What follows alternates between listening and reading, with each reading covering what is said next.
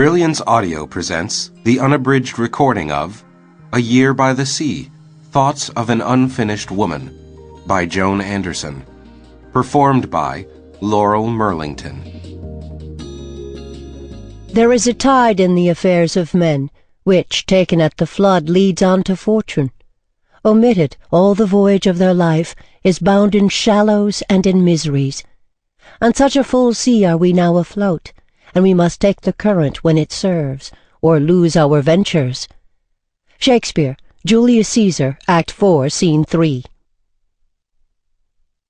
1. Ebb tide. September.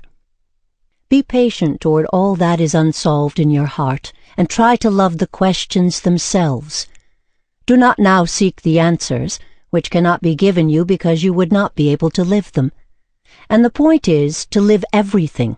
Live the questions now. Perhaps you will then gradually, without noticing it, live along some distant day into the answers. Rainer Maria Rilke, Letter to a Young Poet. The decision to separate seemed to happen overnight. My husband came home from work one day and announced that he was taking a job hundreds of miles away.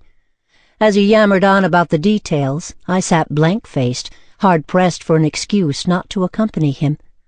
After all, our 2 sons were grown. The big old family house in which we had resided for 17 years had long since outlived its usefulness, and my job was portable. So where was my resistance coming from? Why was I frozen, frightened, and full of anger? It didn't take long to realize my uncomplicated truth. I simply did not have the inclination or the energy to move with him. Trying to start a new life in a strange place when the marriage had gone stale was simply too overwhelming. I surprised myself when I blurted out the only alternative I could think of, retreating to our Cape Cod cottage to figure things out. I was alarmed by my numbness, my seeming lack of compassion, but there it was, staring me in the face. Consciously, I wasn't thinking this would be a legal separation, just a little breathing space that would be a sort of time out, a vacation from relationship. For all intents and purposes, we would be back together again in a few months. My husband met my challenge with little or no emotion, becoming remote, even blasé.